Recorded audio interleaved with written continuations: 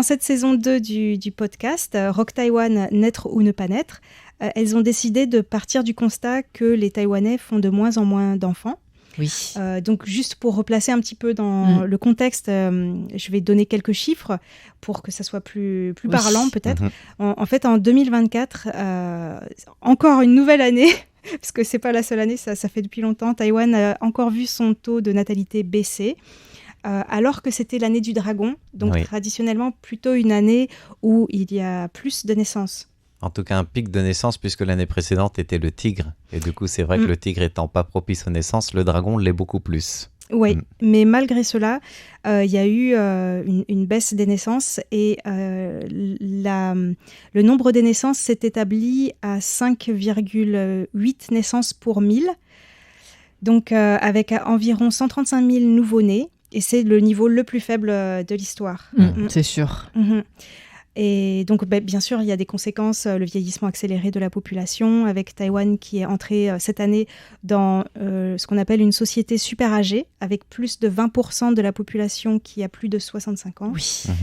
Et alors, il y a eu aussi récemment un rapport de la Commission du développement national qui dit qu'en 2040, les naissances pourraient passer en dessous de 100 000 par an à Taïwan. Et alors que Taïwan compte aujourd'hui 23 millions d'habitants, la population pourrait passer sous la barre des 20 millions en 2049 et sous la barre des 15 millions en 2070 si la tendance continue. Donc c'est vraiment... Voilà. Mais bon, en tout cas, ils n'ont pas compté le nombre de chiens. Oui. Et c'est intéressant que tu donnes ça comme idée parce que je me souviens que Muriel et Virginie avaient partagé que leur idée de départ était venue du fait qu'elles voyaient des poussettes mais pas avec des enfants dedans, mais des animaux. En se disant, la question de la natalité à Taïwan est en effet se poser par ces poussettes d'animaux domestiques. Et ça résonne beaucoup en moi, parce que ma mère est venue cet été me rendre visite à Taïwan. Et quand on voyait un enfant dans une poussette, un bébé dans une poussette, on était étonnés, parce qu'on a vu tellement de chiens dans les poussettes.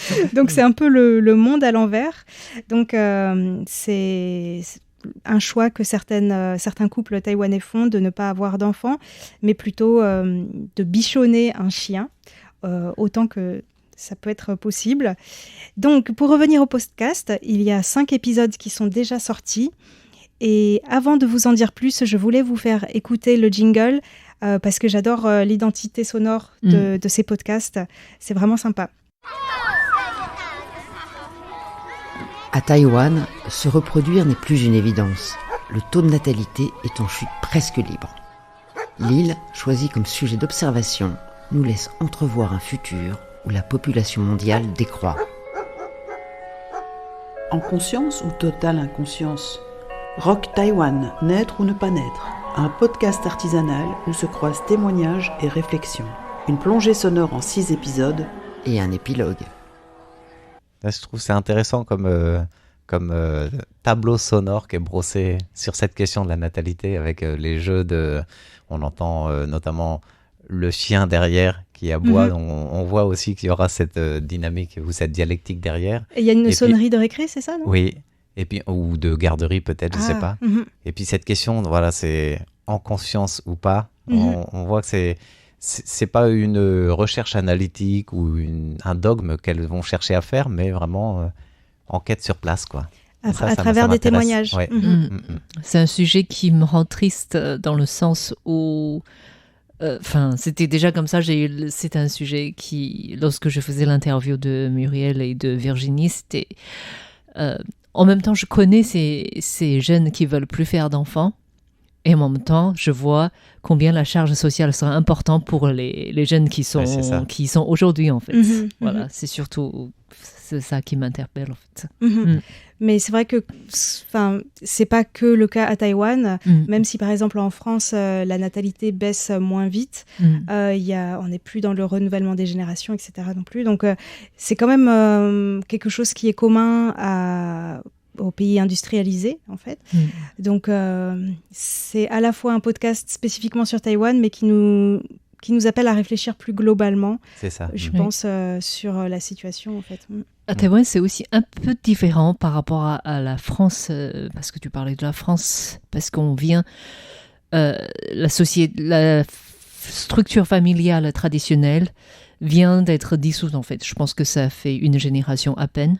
Et du coup, l'aide pour élever un enfant relève entièrement de jeunes couples.